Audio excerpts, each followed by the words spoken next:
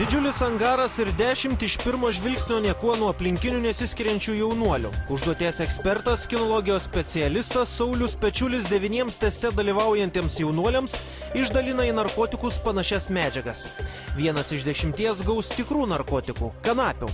Ar pavyks ekstrasensams nustatyti, kurio jaunuolio kišenėje slepiama narkotinė medžiaga? Pabaigoje savo sugebėjimus pademonstruos ir ne pirmus metus narkotikų ieškantis specialiai apmokytas pasieniečių pagalbininkas šuo Faro.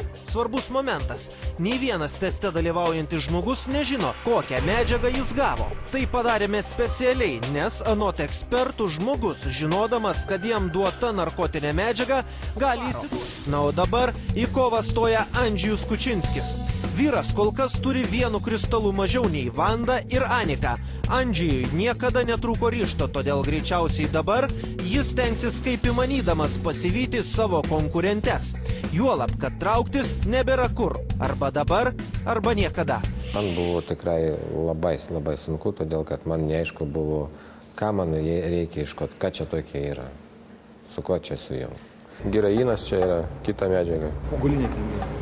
Toks jausmas, kad šitas žmogus myluoja. Ir kad tai ką nors turi, bet nenori apie to sakyti. Man maždaug panašiai, ką nors pas šitą žmogų. Toks skubėjimas Andžejui nebūdingas. Vyras visuomet testus atlikdavo bene ilgiausiai.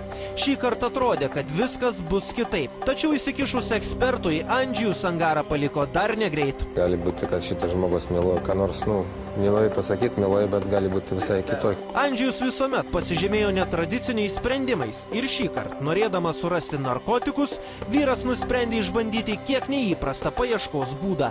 A jūsų šuniukas specialiai yra išmoktas, kad iškoti narkotikų? A galima pas šuniuką ateiti? Galima. Galit paklausti.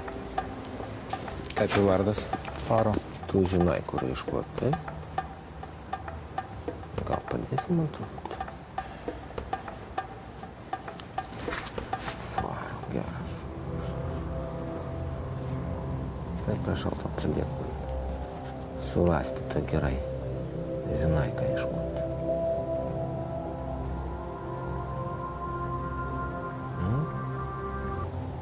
Gerai. Pabandysiu su tavo pagalba. Taip, gerai. Gerai, gulėk. Atėjau pas šopį, pabendraujau su juo, paskui savo pagalvoju, kad ateinu pas kiekvieną žmogų, jaučiu jo kvapą, ir žiūriu, kaip reaguoja šuniukas ant to. Andžejus dar kartą nustebino, beliko įsitikinti, ar iš tiesų šuo Faro Andžejų užves ant teisingo kelio. Dabar pagrindinis dalykas atspėti, jeigu aš noriu pajausti tą kvapą nuo žmogų, atspėti, kaip reaguoja į to šuniukas, pagal jausmus savo. Kad jeigu yra jo tokia reakcija, nežinau, ką jis tam loja, jeigu rado, ar ką. Taip, loja. Andžejus atidžiai tyrinėja kiekvieną testo dalyvį. Buvo akivaizdu, kad vyrui itin nelengva. Po kiek laiko šou dalyvis vėl grįžo pas pasieniečių pagalbininką. Faras, aš pas tave. Pas tave. Gali būti? Tu gerai, oi, tu gerai. Tai mums liko 4 žmonės, tai reikia priimti sprendimą. Kur yra to, ko mes ieškom? Žinau, kad pats turiu surasti. Ačiū, kad ir tiek padėjau. 4 surinkom. Dabar reikia galutinį sprendimą. Taip, gerai. Netrukus Andžejus prasitarė, kad šuo jam nurodė, jog narkotikai pas merginą, kuris sėdė ant kėdės. Tačiau ar neatsitiks taip, kaip Vandai, ir Andžejus paskutinę akimirką nepakeis savo nuomonės? Aš išrinkau 4 žmonės, tai 1, 2, 3 ir 4. Gal galutinį sprendimą priėmiau, kad bus šitas žmogus. Neloja čia, ne. Čia šuniukas atsisėdo ir vienintelis žmogus, kuris šuniukas atsisėdo šalia ir sėdėjo. Kaip buvo toks noras, kad būti kartu su šitu žmogu, kad čia tą, ką aš ieško. A prie to žmonės jis lojo. Tai, tie 3 buvo vienodai tokie patys, jie loja prie jo, na, prie šitą atsisėda, tai aš gal išrinksiu šitą žmogų. Vandos ir Andžiaus darbo metodai skiriasi kaip diena nuo nakties. Nepaisant to, tiek aiškiaregė, tiek psichinių ir intelektualinių tyrimų specialistas pasirinko vieną ir tą pačią merginą. Kodėl? Abu jie turėjo savų priežasčių. Tačiau paprasto žmogaus akimi žiūrint, mergina niekuo nesiskyrė nuo kitų teste dalyvaujančių jaunuolių.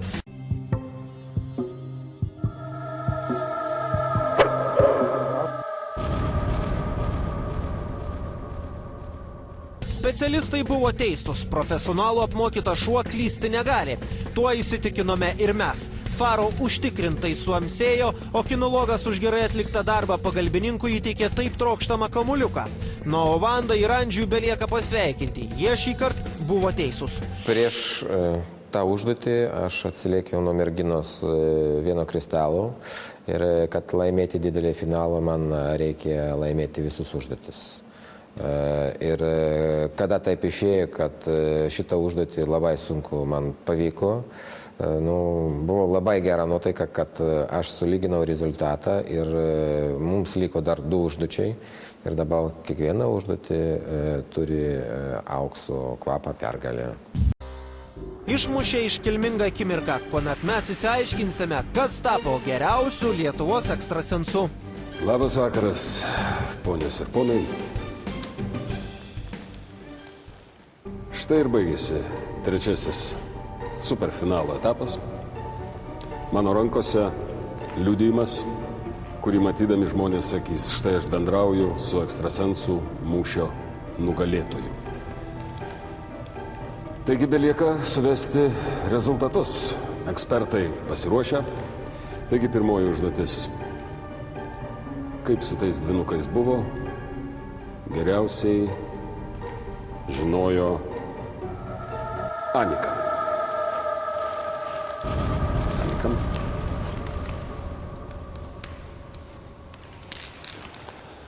Ponas Sauliau, jūsų verdiktas. Mano užduotį atliko 2 ekstrasensai, Vanda ir Andžejus.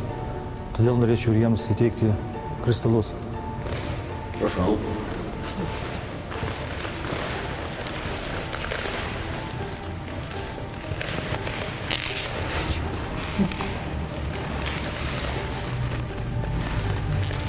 Ačiū.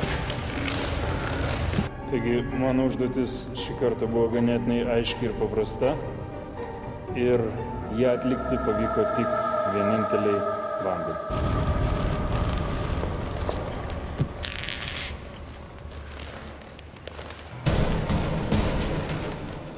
Kalėdų senelio žodis paskutinis. Taigi skaičiuojame Andžejus 3 kristalai, Anika ir Vanda. 5. Vanda, aš sveikinu Jūs. Jūs esate ekstrasensų mūšio nugalėtoja. Ačiū.